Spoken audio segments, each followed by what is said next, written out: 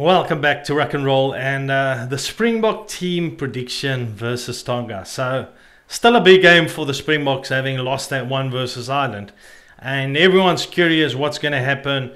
You know, they've made a big trade-off for Malcolm Marx, basically losing him for Handré Pollard. Now it's how do the Springboks use Handré Pollard. But anyway, I haven't done a reaction video in a while, guys. There's some obviously World Cup content I can't do reactions to. Just you can't react to the videos because I can't play the videos on my channel. But I'm going to today react to this one, Springbok team prediction versus Tonga, Shimmi, Marshi and Schalla. That's Shimmi, Skalkberger and Justin Marshall. The three that's giving their commentary to the Springbok team prediction versus Tonga. Let's get into it. About to take on Tonga before the big showdown. We're going to talk team selection. All is hotly debated, but we've got to admit first, we messed up. None of us got the 7-1 split. No. Does it happen again this weekend? No. Because that was the talking point last week. No, I actually don't know what the Boks will do this weekend. I think that we're going to go with a strong side, but then also I think a guy like Handré Pollard will sneak into the 23, which obviously takes the 7-1 split up. And maybe like Romania, you know, like we'll have an interesting bench, but maybe go 5-3. That's my gut feel, Shimmy, but I've got no idea. I'm really interested to see the starting team as well, whether or not there's the temptation to give some players an opportunity to start. Just really thinking about the fact that I'm very sure that South Africa are going to qualify now, so that's certainly two. Look, you can say that, but you know, I've seen at times where the Springboks, they don't want to put themselves on the back foot and risk too much, so they still got to be featuring a pretty good team. I would love to see Pollard start. I don't see the point in Manie Libbok having to start this game. They can give him rest time, maybe bring him on second half. Give Pollard some game time. Yes, he's had an injury, but he wants to play World Cup, so he needs to, you know, obviously come right, get himself ready and match fit. So let him play some game. We know he's played for the Leicester Tigers. He's fine. He's ready. He says he's ready. Let him play. Let him kick. Let's see how he kicks. And yeah, I'd be interested to see him come on. Probably in the quarters, they're going to start with Manie just because of what the synergy there is at the moment between Manie and the backline. But give Pollard some game time so he's ready to come on second half. Guys, I know a lot of you have said, you know, absolute rubbish. He won't start on outside centre. I know that. Although I'm telling you, you go watch Handré Pollard highlights videos. Go watch Die Hard Rugby just released a video, and you see what a straight line Handré Pollard runs. Handré Pollard will be a very good centre, but that's not for now. It's too close to the playoffs. The experimenting is done. Let him be the backup fly-off. I get it. We just find ourselves again, if Manie Libbok is going to start in a quarterfinal, he still have to kick the whole first half. So you really would have wanted a Pollard to play most of the game, but you still want Manie Libbok to be playing fly-off. And that's why I was thinking what I was thinking. I don't think it'll happen. He'll probably play the role like a Morné Steyn played for the Springboks before.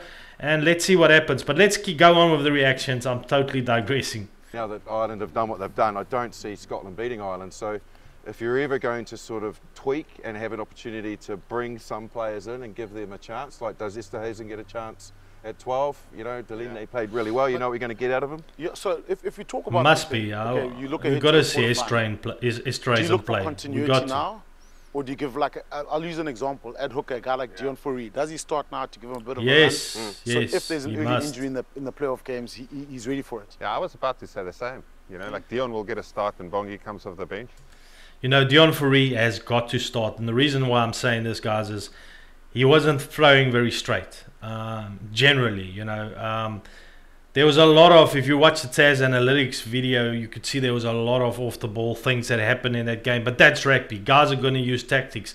The only thing I can say is even Dion Fourie, that last throw in wasn't straight. But then again, the Springboks was robbed again with that ball being out and not being called. It was just, if you really go look at all the technicalities, it was a crazy game. But I mean, the game was left to flow, and the Springboks shouldn't have left it that close.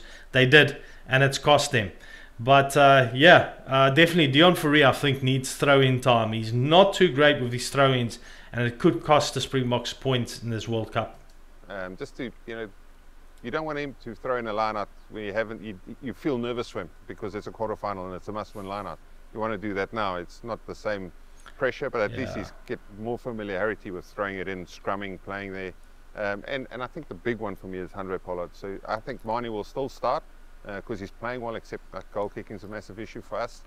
And you bring Handré and I agree. Playing 40, play Handré 40. But I think for this game they should really start Handré. Let Mani come on second half, start Handré, and then in the quarters they can start Mani Levok again.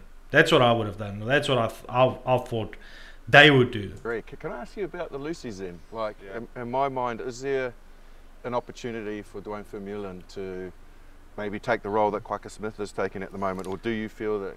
It won't be the role for Kwagga Smith. Kwagga Smith's actually a flanker. Dwayne Vermeulen is an eighth man. I think he's referring to Visa. Big selection last week, isn't it? Yeah, we thought of how Dwayne was going to be there. Yeah. I think Dwayne can easily get a start this weekend, and Jasper Visa maybe misses out. But in saying that, like there's no harm in us playing, a frontline side. We've got 13 days off before we get to a quarterfinal. Why go risk it? Me as a player, I didn't like missing back-to-back weeks. 1 week was fine, but I felt underdone if it was 2 weeks. 100%. And if you rest out this week, although you're training, you're basically missing 3 weeks of rugby, and I don't know in the World Cup if that's a good thing. Exactly. Kolisi, does he get a run again, or you look to keep him going?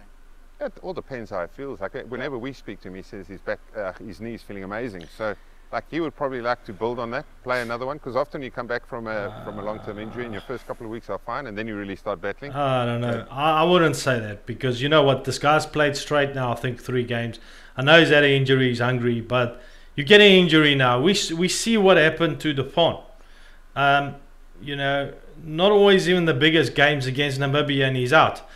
Rest Siya Kolisi, I would say. Go for Dwayne Vermeulen to be captain, or Bongi Mbonambi will probably be captain. There's other options to really, I would say rest Siya Kolisi. I don't agree there. Just with the recovery process. So I'm not too sure. Like I mean, if he plays, I think you rip him off quite early. You'll have a loose foot on the bench anyway. Yeah, so it's risky. Okay, look at now. We go through the tight 5. Lock's probably the same. Hooker maybe possibly a change. Oxen Chair could go to run. Yeah. Maybe he played against Romania also. Tight head prop. You still get the same output, I think. Yeah. Loose forwards. Ox has got to start, I think, for change. Ox has proven himself. Maybe let him start a bit. That's what I would say. And maybe, let Arceus Neyman and John Klein start for a change, and just bring in Etzebev second half. Kind of take the bench and let them start, and let the starting team of the last game go to the bench, and maybe bring in a few other guys that haven't had, that you might want to use in the quarters. But I would say try and rest the starting team more. I know there's 13 days, but it's not just about the rest. It's also about injuries. You're always going to run risks of injuries in every game. It's the 8th man, Dwayne Vermeulen, scrum off. Happy with Faf there still? Yeah, I think so. Like, Reinhardt had such a great game the last time out, though, didn't he? But I think if you're talking I wouldn't play Faf. In the way that they want to bring, I would give him a rest. When they do for the big quarterfinal, well, Faf has to start, doesn't he? And at maybe Faf could come on second half for a while, but I wouldn't even play Faf. There's enough scrum offs there, and I think he's ready for the quarters. Just risk, man. Risk for these guys getting injured in that last game. I mean, it's Tonga, it's big boys.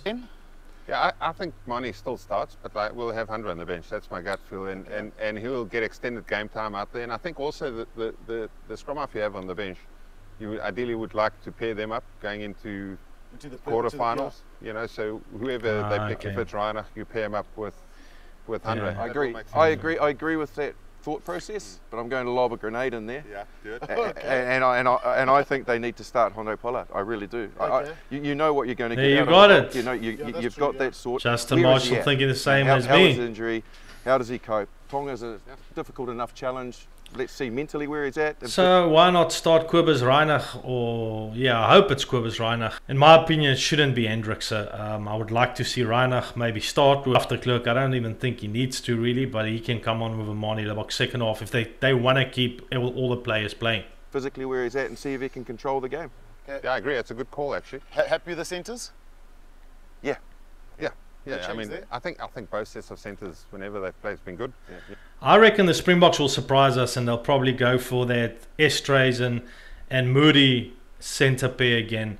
and kind of keep building on a second option for all the combinations. So that's what I think is going to happen. I might be wrong, guys, but I just don't think they're going to go with the current team they played in the last one. They'll probably give some of those guys a rest, but more than that, not run a risk of injury and play like the same team as what they've been playing, kind of as the B options, which is not really B options. You know, the likes of a, you know, Kobus Reinach, the likes of a Pollard now will form part of that from a bench point of view. And then they will play maybe again a Estrays and then a Moody, and then bring in Mapimpi and yeah, who's the other wing? Mapimpi and I don't know who they pick for the other wing. Maybe Arendse or someone, or maybe Grant Williams even, and then yeah, fullback Willie Leroux probably. Yeah. Okay.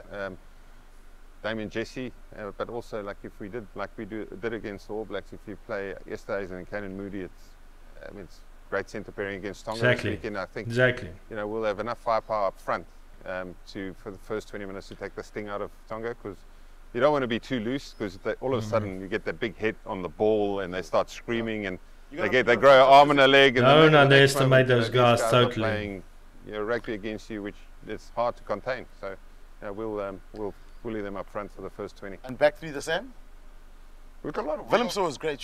We've got a lot of wiggle room at the back. Willemse was incredible on the weekend, and I think he's featured in every game so far. So maybe he can have a breather. You get Willie Leroux in there. Yeah, I was going to say that. And then, you know, because I think Willie still can offer massive value for us as the Springboks. Thanks, guys.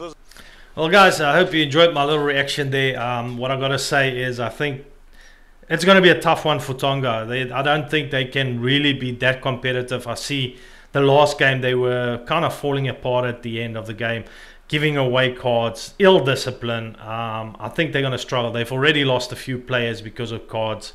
And I just think the Springbok team should win it pretty comfortably. But I do not, in my opinion, I don't think they'll go for all the first choice players in this game. It is just too risky just before quarterfinal. But we'll see. It's going to be interesting to see. Thanks for watching, like always, watching my videos. If you enjoyed this, hit the subscribe button. I'm going to catch you in the next one. Thank you. Bye.